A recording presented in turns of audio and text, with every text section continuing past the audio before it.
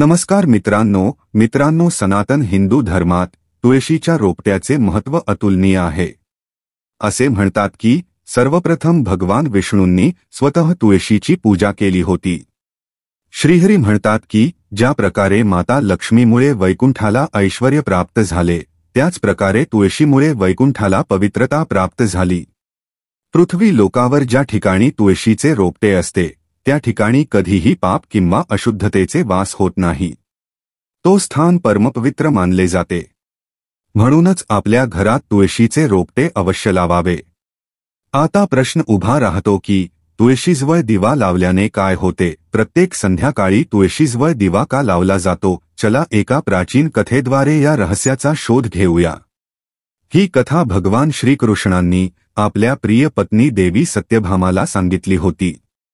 एकदा देवी सत्यभामांनी प्रेमपूर्वक भगवान श्रीकृष्णांना विनंती केली, हे स्वामी, तुम्ही मला आधी तुळशीला पाणी अर्पण करण्याचे महत्त्व सांगितले आहे। आता माझी जिज्ञासा आहे की तुळशीजवळ दिवा लावण्याचे काय महत्त्व आहे? प्रत्येक संध्याकाळी तुळशीमातेच्या जवळ दिवा का लावतात? यामुळे माणसाला कोणते फळ मिळते? तुळशीजवळ दिवा लावण्याची विधी काय आहे आणि दीप प्रज्वलित करताना कोणता मंत्र म्हणावा? कृपया मला या विषयात सविस्तर सांगा। भगवान श्रीकृष्णांनी सत्यभामांची विनंती ऐकून कोमल स्मितहास्याने उत्तर दिले, हे देवी, आज तुम्ही लोककल्याणाच्या भावनेने अत्यंत उत्तम प्रश्न केला आहे। तुमच्या प्रश्नाचे उत्तर देण्यापूर्वी मी तुम्हाला एक प्राचीन इतिहास सांगतो। तो ध्यानपूर्वक ऐका। ही कथा ऐकण्याचे फळ असे की मनुष्याला 100 वर्षे तुळशीजवळ दिवा लावण्याचे पुण्य प्राप्त होते। संध्याकाळी तुळशीजवळ दिवा लावण्याचे फळ काय मिळते हे सर्व तुम्हाला या कथेमधून स्पष्ट होईल। देवी सत्यभामा हात जोडून म्हणाल्या, हे प्रभू, तुमच्या कृपेने मला ही कथा ऐकण्याचे सौभाग्य मिळत आहे। यापेक्षा आनंदाची गोष्ट कोणती असू शकते? मी अधीरतेने प्रतीक्षा करत आहे। कृपया ही पावन कथा लवकर सांगा। श्रीकृष्णांनी कथा आरंभ केली, हे देवी, फार जुनी गोष्ट आहे। दक्षिण दिशेत तुंगभद्रा नावाची एक विशाल पवित्र नदी वाहते। त्या नदीच्या किनारी हरिहरपूर नावाचे सुंदर नगर होते। त्या नगरात हरिदीक्षित नावाचे एक विद्वान ब्राह्मण राहत होते। ते अत्यंत गुणवान आणि धर्मप्रायण होते। सदैव वेदशास्त्रांच्या मार्गाने चालत आणि सत्कर्मात लीन राहत असत। त्यांनी समस्त शास्त्रांचे अध्ययन केले होते आणि साधे जीवन जगत असत। कृष्ण पुढे म्हणाले, त्या ब्राह्मणाची पत्नी मात्र त्याच्या अगदी उलट होती। गावातील लोक तिला दुराचारी म्हणत, कारण तिचे कर्मही तिच्या नावाप्रमाणेच होते। ती आपला पतीचा अपमान करत असे आणि कटू वचने बोलत असे। पतीला त्रास देण्यात तिला जणू काही आनंदच वाटत असे।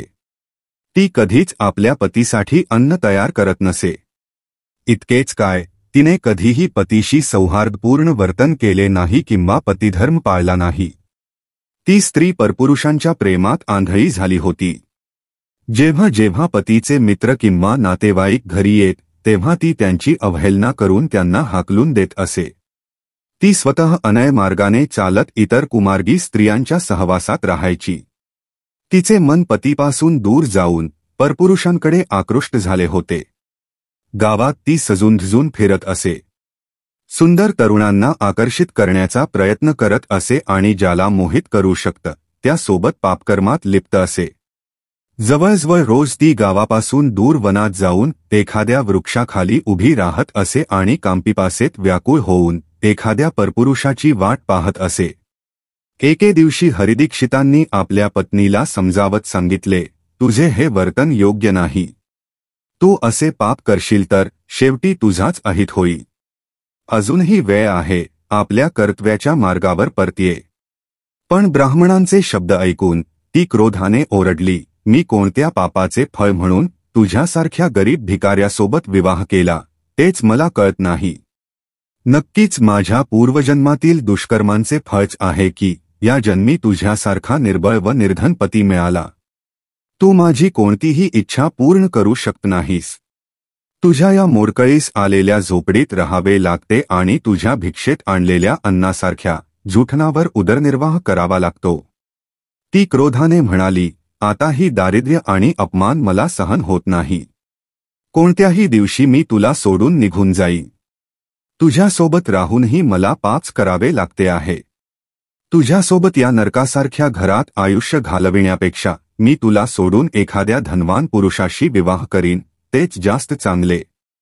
पती हरिदीक्षित वेदनाग्रस्त स्वरात म्हणाले, हे प्रिय, असे अपशब्द उच्चारू नकोस. आपल्या सत्यनिष्ठ पतीला सोडण्याचा विचार मनातून काढून टाक. जी स्त्री आपल्या धर्मशील पतीला सोडून परपुरुषाकडे जाते, तिचे कल्याण कधी होत नाही. अशा वर्तनाने शेवटी तिलाही नरक भोगावा लागतो. त्या दुराचारी पत्नीने कटाक्ष टाकत उत्तर दिले, नरक तर तुलाच मिळणार, तू काही कामधंदा करत नाहीस. भिक्षा मागून पोट भरतोस आणि मला देखील उष्टे खायला लावतोस. जो पती आपल्या पत्नीला सदैव दुःखी आणि असंतुष्ट ठेवतो, तोही मरणानंतर नरकातच जातो. तुझ्यासोबत हे घरही माझ्यासाठी नरकापेक्षा कमी नाही. तुझ्यापासून दूर होऊन मला नरक भोगावा लागला तरी चालेल, पण मी इथे एक क्षणही राहू इच्छित नाही. कथा सांगताना श्रीकृष्ण सत्यभामाला म्हणाले, हे देवी, जी स्त्री आपल्या पतीचा निरादर करते आणि त्याला सोडून परपुरुषांकडे जाते, तिच्या जीवनात केवळ अशुभ घडते. अशा आचरण करणाऱ्या स्त्रीला मृत्यूनंतर यमलोकात कठोर दंड भोगावा लागतो. इतके सांगून श्रीकृष्णांनी पुढे कथा चालू ठेवली. थोडा काळ असा गेला. एके दिवशी ती दुराचारिणी स्त्री आपल्या वासनाजन्य विकारांची पूर्तता करण्यासाठी गावापासून दूर घनदाट जंगलात पोहोचली. ती एका वृक्षाखाली उभी राहून कोणत्यातरी सुंदर पुरुषाची वाट पाहू लागली. त्यावेळेस तिचे चित्त कामवासनेने व्याकुळ झाले होते. परंतु कित्येक तास जाऊनही त्या निर्जन मार्गाने एकही पुरुष तेथे आला नाही. अखेर निराश होऊन ती व्यथित झाली आणि रडतविलाप करू लागली. हाय हाय, आज या रस्त्याने एकही सुंदर पुरुष आला नाही. मी माझ्या वासनेची आग कशी शंभू, ही रात्र कशी जाई. तिच्या विलापाचा तीव्र आवाज सुनसान जंगलात दूरवर पसरला. त्या जंगलात एक भयंकर वाघ राहत होता.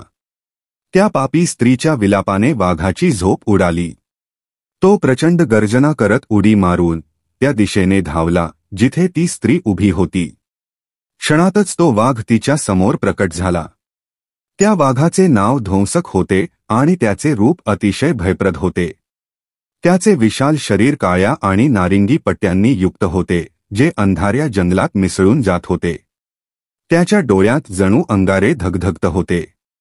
त्याच्या जबड्यातील लांब तीक्ष्ण दात कोणत्याही जीवाला चिरून टाकण्यासाठी पुरेसे होते. ध्वंसकाच्या भयानक दहाडीतून संपूर्ण वन थरथरले. त्याची लांब आणि सबळ शेपटी त्याच्या अपार शक्तीचे प्रतीक होती. बलिष्ठ पायांच्या जोरावर तो पलक झपाट्यात संपूर्ण जंगल पालथ घालू शकत होता. त्याचे शरीर शक्तिशाली मांसपेशींनी भरलेले होते, ज्यामुळे एकाच झटक्यात तो आपल्या शिकाराला जमिनीवर पाडू शकत होता. त्याच्या नाकातून सुटणारा उष्ण श्वास जणू नवीन शिकार शोधण्याचा संदेश देत होता. हा भयंकर वाघ विशेषतः पापी आणि दुराचारी लोकांचाच शिकार करीत असे. जणू त्याच्या नशिबातच अशा दुष्टांचा संहार लिहिला होता. अचानक त्याला समोर पाहून त्या पापिणी स्त्रीचे प्राण थरथर कापू लागले. भीतीने तिचा देह थिजला आणि कपाळावर घामाच्या थेंबांचे मोती चमकू लागले. तिने जीव वाचवण्यासाठी पळण्याचा प्रयत्न केला, परंतु वाघाने विजेच्या वेगाने झेप घेऊन आपले तीक्ष्ण नख तिच्या शरीरात खुपसले. ती जखमी होऊन जमिनीवर कोसळली आणि वेदनेने तडफडू लागली. रडतोरडत तिने विनवले, दयाम्या, हे जंगलाचे राजा, तू मला का मारू इच्छितोस? मी तर येथे माझा प्रिय पुरुष शोधायला आले आहे. मला सोड, माझे भक्षण करून तुला काय लाभ होणार? कृपया माझे प्राण वाचव. क्षणभरासाठी वाघ थांबला आणि क्रूर हास्य करत म्हणाला, हे पापिणी स्त्री, आज तू माझे भक्ष म्हणून नियोजित झाली आहेस. तुझ्यासारख्या दुष्ट स्त्रियांचा संहार करणे हेच माझे कार्य आहे. असे केल्यानेच मला या श्रापित शरीरातून मुक्ती मिळेल. घोर भयाने थरथरणाऱ्या त्या स्त्रीने धैर्य एकवटून विचारले, शेवटी तू कोण आहेस? तुला कोणत्या पापामुळे वाघाचे रूप मिळाले? आणि तू माझ्यासारख्या स्त्रियांचाच शिकार का करतोस? कृपा करून माझा अंत करण्यापूर्वी तुझा संपूर्ण इतिहास मला सांग. वाघ ध्वंसक काही क्षण शांत राहून तिच्याकडे रोखून पाहत राहिला. नंतर खोल श्वास घेत तो बोलू लागला, तर ऐक, मी तुला माझ्या पूर्वजन्माची कथा सांगतो. मला हे वाघाचे शरीर कोणत्या कर्मफळामुळे प्राप्त झाले. पूर्वकालची गोष्ट. दक्षिण देशात मलापाहा नावाची पवित्र नदी प्रवाहित होती. त्याच नदीच्या काठी मुनिपर्णा नावाचे एक प्रसिद्ध नगर होते. त्या नगरात धर्म आणि शांततेचे वातावरण होते आणि सुंदर मंदिरे होती. त्याच नगरातील एका आदरणीय ब्राह्मण कुटुंबात माझा जन्म झाला. मनुष्यरूपात माझे नाव वेदनंद होते. माझे पिता आदर्श ब्राह्मण होते, जे यज्ञ, हवन आणि पूजानुष्ठानात निष्ठा बाळगत असत. वेदनंद. माझ्या त्या मानव जन्माच्या किशोरावस्थेत मी वेद आणि शास्त्रांचे गहन अध्ययन केले होते. यज्ञ, हवन आणि धर्मकर्मात माझी चांगली रुची होती. परंतु जसजसा मी युवा झालो तसतसे माझ्या मनात धनाची लालसा वाढू लागली. मी अनेक यज्ञांचे आयोजन केले, परंतु माझा हेतू धार्मिक न राहता जितकी जास्त दक्षिणा मिळवता येईल एवढाच होता. पैशाच्या लोभात मी अधार्मिक लोकांसाठीही यज्ञ करवू लागलो आणि त्यांच्या घरचे अन्नजलही घेऊ लागलो.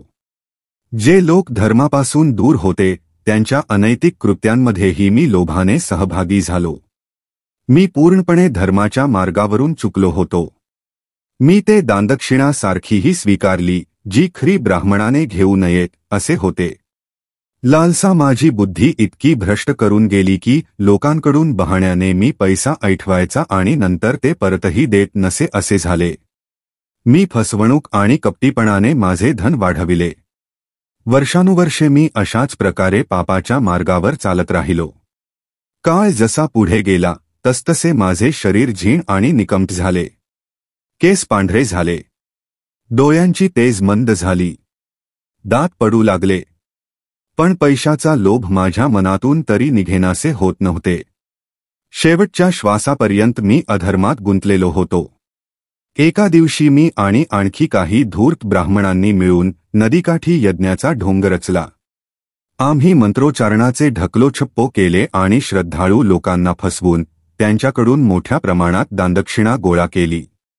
आम्ही धर्माच्या नावाखाली पाखंड करीत होतो आणि भोळ्या लोकांच्या श्रद्धेचा नाजायज फायदा घेत होतो.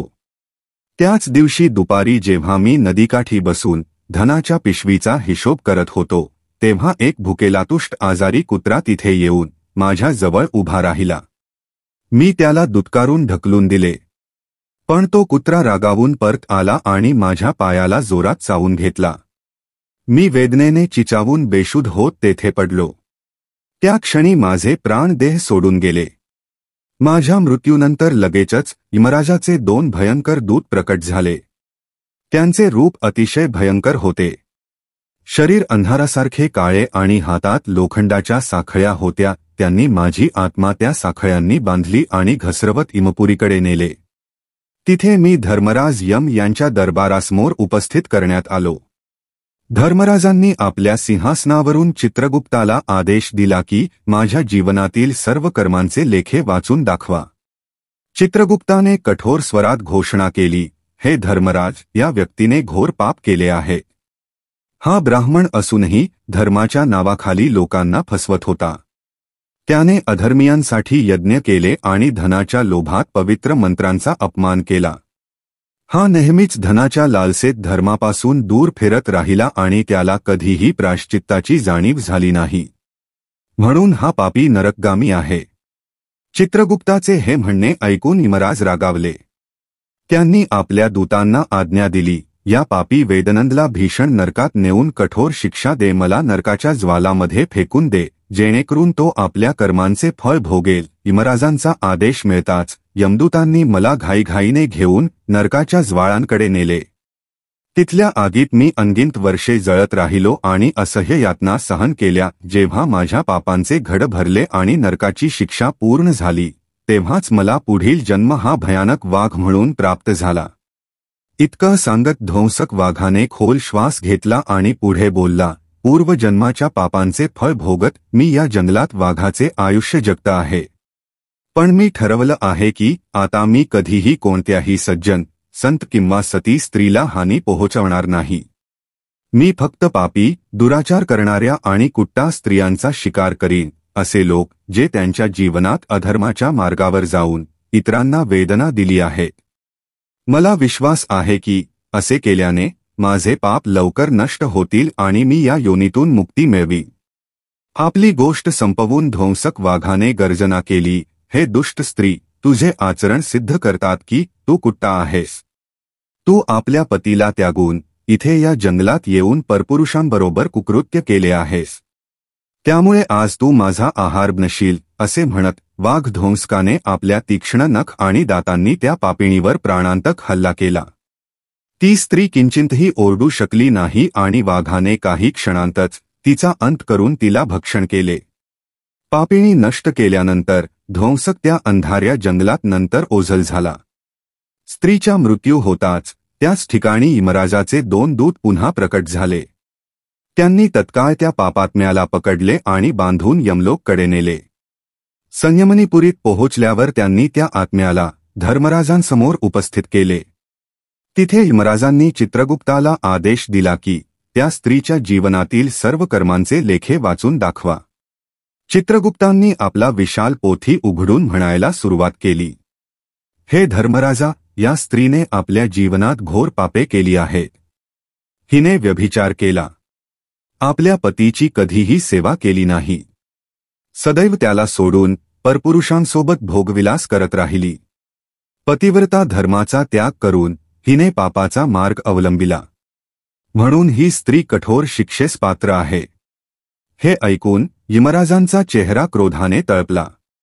त्यांनी भरीव आवाजात म्हटले, अशा पापिणीला कोणतेही प्रायश्चित्त वाचवू शकत नाही. ज्या स्त्रीने स्वतःच्या पतीला त्यागून व्यभिचाराचे जीवन जगले आहे तिला नरकातील यातना नक्कीच भोगाव्या लागतील. तेव्हा यमराजांनी दूतांना आज्ञा दिली, या पापिणीला पकडून घेऊन जा आणि धगधगत्या तेलाने भरलेल्या कुंडात फेकून द्या. हिच्यासाठी हेच योग्य दंड आहे. यमदूतांनी तत्क्षणी त्या आत्म्याला ओढत भयंकर नरकात नेले. आग बरसवणाऱ्या उकळत्या तेलाच्या कुंडात तिला उचलून फेकण्यात आले. तेथे ती असह्य वेदनेत खूप काळ जळत राहिली. नंतर तिला रौरव इत्यादी इतर नरकात सुद्धा अनेक वर्षे तडपवण्यात आले. अशा प्रकारे विविध नरकातील कठोर यंत्रणांचा भोग घेतल्यानंतर अखेरीस तिची काही पापे शिल्लक राहिली जी पुढील जन्मात भोगायची होती. नरकातील यातना भोगल्यानंतर त्या स्त्रीने पृथ्वीवर पुनर्जन्म घेतला. यावेळी एका चांडाळ कुटुंबात कन्या म्हणून तिचा जन्म झाला, तरीही तिचे संस्कार बदलले नाहीत. मागील जन्माप्रमाणेच ती पुन्हा पापाच्या मार्गावर चालू लागली. यौवन येईपर्यंत ती अत्यंत दुष्चरित्र झाली आणि अनेक पापी पुरुषांशी संबंध ठेवू लागली. तिच्या मनात ना लज्जा होती ना धर्माची भीती. काही वर्षांनंतर पापाचे फळ पुन्हा समोर आले. अधर्माच्या परिणामस्वरूप तिच्या शरीरावर कुष्ठरोग झाला. संपूर्ण शरीर भयानक जखमा आणि पुणे भरून गेले. अंगांग सडू लागले. तीव्र वेदनेने ती रात्रंदिवस कराहू लागली. तिच्या डोळ्यांची दृष्टीसुद्धा मंदावत गेली आणि प्रत्येक क्षण असह्य जळजळ होत होती. ती असह्य वेदना आणि संतापात दिवस काढू लागली. आपल्या दुर्दशेमुळे कंटाळून ती स्त्री एक दिवस एका तीर्थक्षेत्री जाण्यास निघाली. पवित्र स्नानाने कष्ट काहीसे कमी होतील या आशेने. एका प्रसिद्ध तीर्थावर पोहोचून तिने पवित्र नदीत स्नान केले आणि तिथेच एका आश्रमाजवळील झोपडीत राहू लागली. त्या आश्रमाच्या द्वाराजवळ एक पवित्र तुळशीचे झाड लावलेले होते. ती स्त्री दररोज पाहू लागली की संध्याकाळ होताच आश्रमात राहणाऱ्या भक्त स्त्रिया त्या तुळशीच्या झाडाजवळ दीप लावून पूजा करतात. एक संध्या जेव्हा सर्व स्त्रिया पूजा करून निघून गेल्या तेव्हा ती पापी स्त्री धैर्य एकवटून आश्रमातील महात्मा साधूंच्या जवळ गेली. दीन स्वरात हात जोडून तिने प्रश्न केला, स्वामीजी, कृपा करून मला सांगा, हे कोणते झाड आहे ज्याच्या पुढे आपण रोज दीप लावता आणि या स्त्रिया संध्याकाळी येथे दीप लावतात, त्याने त्यांना काय फळ मिळते? साधूंनी करुणा भरलेल्या दृष्टीने त्या दुःखिणीकडे पाहिले आणि म्हणाले, बाळ, हे झाड परमपवित्र तुळशी आहे. तुळशीचे दर्शन मात्रानेच संकटांचा नाश होतो. हिला पाणी घातल्याने देवीदेवतांची कृपा प्राप्त होते आणि संध्याकाळी तुळशीमातेच्या समीप दीप प्रज्वलित केल्याने मनुष्याचे सर्व पाप नष्ट होतात. साधूंचे वचन ऐकून त्या स्त्रीच्या मनात आशेची किरण जागली. ती थरथरत्या स्वरात विचारू लागली, महात्मन, जर एखादी स्त्री अत्यंत पापी असेल, तिने घोर पाप व अत्याचार केले असतील, तरीही जर ती तुळशीसमोर दीप लावेल तर तिची पापे नष्ट होतील का? साधूंनी थोडेसे हस्त उत्तर दिले, हे बाळ, यात किंचितही शंका नाही. स्त्री असो वा पुरुष, जर त्याने आयुष्यभर घोर पापे केली असली तरी तुळशीसमोर दीप लावल्याने त्याची या जन्मातीलच नव्हे तर पूर्वजन्मातीलही पापे नष्ट होऊ शकतात. हा उपाय पापांना भस्म करण्यास समर्थ आहे. परंतु तू हे सर्व का विचारत आहेस? तू कोण आहेस? हे ऐकताच त्या स्त्रीच्या डोळ्यातून अश्रू ओघळले. ती फुटफुटून रडत म्हणाली, स्वामीजी, मी तर महापापी आहे. मी आयुष्यभर व्यभिचार व पापाचार केला आहे आणि माझ्या पापांनीच मला या दुर्दशेत आणून ठेवले आहे. आता ही पीडा मला सहन होत नाही. मला पापमुक्त होण्याचा काही मार्ग सांगा. दयेन द्रवित होऊन साधू म्हणाले, बाळ, जर तू खरोखरच तुझ्या पापांपासून त्रस्त झाली असशील तर आजपासून दररोज संध्याकाळी श्रद्धेने या तुळशीमातेच्या झाडाजवळ दीप लाव. तू निर्धास्तपणे तुझ्या सर्व अपराधांच्या क्षयासाठी तुळशीची शरण घे. विश्वास ठेव, नियमितपणे असे केलेस तर तुझे सर्वच पाप आणि दोष हळूहळू नाहीसे होतील. महात्म्यांची वचने ऐकून त्या पापिणीच्या मनात नवे उत्साह निर्माण झाला. तिने त्याच क्षणी दररोज तुळशीच्या झाडाजवळ दीप प्रज्वलित करण्याचा संकल्प केला. दिवस जात गेले आणि ती निष्ठेने संध्याकाळ होताच तुळशीमातेपुढे तुपाचा दीप प्रज्वलित करू लागली. भरभरून शांतपणे नतमस्तक होत ती प्रार्थना करीत आणि आपल्या पापांची क्षमा मागत असे. भक्ती आणि पश्चात्तापाच्या या मार्गाने चालत तिच्या हृदयातील भारी ओझे काहीसे हलके होऊ लागले. काही काळ असा क्रम सुरूच राहिला. एके दिवशी संध्याकाळी ती स्त्री दररोजप्रमाणे थरथरत हातांनी तुळशीखाली दीप लावत असेच की अचानक ती थक्क थरकपली. तिने एक सखोल श्वास घेतला आणि तत्काळच तिच्या हृदयाची धडकं बंद झाली. मागील जन्मांचे पाप आणि या जन्मातील वेदना मानो त्या क्षणीच हृदय फुटल्यावर संपून गेल्या. ती स्त्री तिथेच तुळशीच्या चरणी निर्जीव पडली. क्षणभरातच तिथे पुन्हा यमलोकाचे 2 भयंकर दूत प्रकट झाले. त्यांनी त्या पापात्म्याच्या निर्जीव होणाऱ्या आत्म्याला आपल्या फंद्यात बांधून यमराजांच्या दरबाराकडे नेऊ लागले. बेहोशीच्या अवस्थेत पडलेल्या त्या आत्म्याला साखळ्यांनी गुंडाळत ओढ असताना अचानक आकाशातून 2 दिव्य पुरुष प्रकट झाले. ते भगवान विष्णूचे पार्षद होते, ज्यांचा तेज अपार होता. त्यांच्या आगमनाने संपूर्ण वातावरण प्रकाशात न्हालं.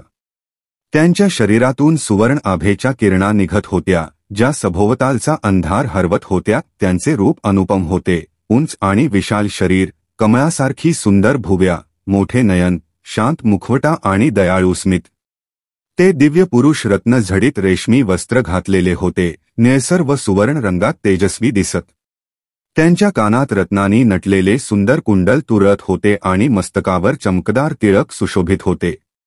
त्यांच्या हातात भगवान विष्णूचे चिन्ह, शंख आणि गदा होते, जे धर्म व न्यायाची शक्ती यांची प्रतीके ठरत. त्यांच्या चरणांच्या स्पर्शाने मृदू घंटीच्या संगीतातील आवाज उमटत होताच त्या ठिकाणी पवित्रता पसरली. त्यांच्या आगमनाने असे भासले की मानो स्वतः वैकुंठाचे द्वार उघडले गेले असावेत आणि देवतांचे दूत या स्त्रीला मदतीला पृथ्वीवर उतरे आहेत. आता सारखा वातावरण फुलांचा सुवास भरला आणि दिव्यसंगीत गाजू लागले. विष्णूच्या त्या पार्षदांना पाहून यमदूत स्तब्ध झाले आणि तेथेच थांबले. एका पार्षदाने कठोर पण न्यायप्रिय आवाजात यमदूतांना हाक मारली, हे यमदूतांनो, या आत्म्याला त्वरित मुक्त करा. ही स्त्री आता नरकात जाण्याची पात्र राहिली नाही. तुम्ही कोणत्या अधिकाराने तिला बांधून नेऊन जा? यमदूतांनी विनम्र परंतु ठाम आवाजात उत्तर दिले, हे दिव्य प्राणियांनो, आम्ही धर्मराज यम यांच्या आदेशानुसार या पापिणीला घेऊन चाललो आहोत.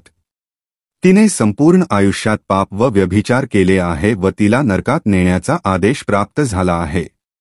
आम्ही तुमच्याकडून हे का रोखावे? हे ऐकून विष्णूचे पार्षद गंभीर स्वरात म्हणाले, हे यमदूतांनो, हे खरेच की तिने अनेक पाप केले आहेत, परंतु तिच्या एका अद्भुत पुण्याने तिची सर्व पाप जळून भस्म झाली आहे. तुम्ही पाहिलंत का की तिने संध्याकाळी श्रद्धेने तुळशीमातेच्या समोर दीपप्रज्वलन केले होते? यमदूत आश्चर्यचकित झाले. त्यांनी विस्मयाने विचारले, फक्त तुळशीसमोर एक छोटेखानी दीपमात्र लावल्याने इतके मोठे पाप नष्ट होतील का? पार्षदांनी साधेपणाने समजावून सांगितले, तुळशी भगवान विष्णूला अतिशय प्रिय आहे. जो भक्त श्रद्धा आणि भक्तीने संध्याकाळी तुळशीजवळ दीप प्रज्वलित करतो तो थेट विष्णूच्या कृपेचा अधिकारी बनतो. संध्याकाळी दीपदानाचे पुण्य खूप वाढते. या स्त्रीने मनापासून तुळशीची सेवा केली आणि दीप लावून भगवानचे स्मरण केले. तिच्या त्या काही दिवसांच्या श्रद्धापूर्वक केलेल्या दीपदानाने तिचे संपूर्ण आयुष्यभराचे पाप आणि दोष जळून राख झाले आहेत. आता ती आत्मा नरकाला पात्र राहिली नाही. दोन्ही यमदूतांनी हात जोडून पार्षदांचे प्रणाम केले आणि म्हणाले, तुम्ही सत्य बोलता. आम्हाला या गूढ रहस्याचे ज्ञान नव्हते. जर ही स्त्री स्वतः श्रीविष्णूंच्या कृपेने आशीर्वादित झाली आहे तर आम्ही तिला नरकात नेण्याचे धाडस करू शकत नाही, असे म्हणून त्यांनी झटपट तिच्या बेड्यांना उघडले आणि मागे हटले. काही क्षणातच ते यमदूत अदृश्य झाले आणि यमलोकाकडे परत गेले. यानंतर भगवान विष्णूचे पार्षद प्रेमपूर्वक त्या पापमुक्त झालेल्या आत्म्याला एका दिव्य विमानात बसवून स्वर्गलोकाकडे उडाले. त्या सर्व पीडा मुक्त झालेल्या त्या आत्म्याने कृतज्ञतेने अखेरचा प्रणाम तुळशीमाते पुढे केला आणि आनंदाश्रू ढाळत त्या दिव्य प्रकाशासोबत उच्चलोकाकडे प्रस्थान केले. कथा सांगून भगवान श्रीकृष्ण म्हणाले, पाहिलंस देवी सत्यभामा, फक्त तुळशीपाशी संध्याकाळी दीप लावण्यानेच त्या घोर पापिणीचे उद्धार झाले. जे स्त्री किंवा पुरुष निष्ठा व भक्तीने दररोज संध्याकाळी तुळशीच्या चरणी दीप अर्पण करतात त्यांचे जन्मोजन्मीचे पाप नष्ट होतात. ते अत्यंत सौभाग्यवान बनतात आणि त्यांच्या जीवनात सदैव सुख, शांती व समृद्धीचा वास असतो. सत्यभामा ही करुण कथा ऐकून भावविह्वल झाली. त्यांच्या डोळ्यातून अश्रू वाहू लागले. त्यांनी आदरपूर्वक श्रीकृष्णाच्या चरणांना स्पर्श केला आणि म्हणाल्या, हे स्वामी, आपण किती महान अशी शिक्षा दिली आहे. तुळशीमातेची महिमा खरोखरच अपरंपार आहे.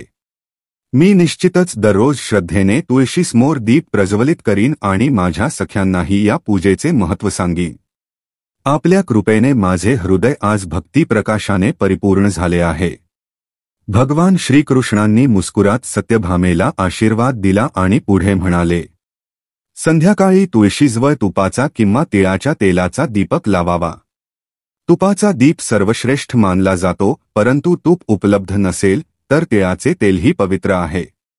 दररोज तुळशीसमोर दीप लावताना हा मंत्र उच्चारावा. ओम तुलसी देव्या विद्महे विष्णू प्रियाय धीमहि तन्नो वृंदा प्रचोदयात. जो भक्त सच्च्या श्रद्धेने या मंत्राचा स्मरण करत तुळशीची परिक्रमा करून दीप अर्पण करतो त्याच्या घरात कोणतीही नकारात्मक शक्ती प्रवेश करत नाही आणि सकारात्मक ऊर्जा निर्माण होते. या दीपाचा प्रकाश अज्ञानाचा अंधार दूर करून आध्यात्मिक ज्ञानाची ज्योत प्रज्वलित करतो. तुळशीच्या दीपाने मनुष्याच्या हृदयात पवित्रता आणि शुद्धता निर्माण होते. त्यामुळे त्याची भक्ती आणि ध्यानाची शक्ती वाढते. शास्त्रात सांगितले आहे की संध्याकाळच्या वेळी तुळशीजवळ दीप प्रज्वलित करून आरती केल्याने भगवान विष्णू अत्यंत शीघ्र प्रसन्न होतात. दीप लावणाऱ्या साधकाचे चंचल मनही स्थिर होते व त्यास शांतीचा अनुभव येतो. तसेच भगवानच्या ध्यानात लीन होणे सोपे होते.